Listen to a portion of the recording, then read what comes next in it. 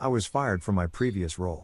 So இன்டர்வியூவில் இப்போது ஜென்ரலாக ரீசெண்ட் டைம்ஸில் பார்த்தீங்கன்னா நிறைய லே ஆஃப்ஸ் நடக்குது. ஸோ நீங்கள் லே ஆஃப் ஆகிட்ட பிறகு இன்டர்வியூ கொடுக்குறீங்கன்னா இன்டர்வியூவர் கேட்கும்போது I got fired in my கம்பெனின்னு சொல்ல வேணாம். ஏன்னா ஃபயர் பண்ணது தெரிஞ்சாலே அது நீங்கள் ஃபேராக தான் சொல்கிறீங்க, but still that will give a bad impression on you.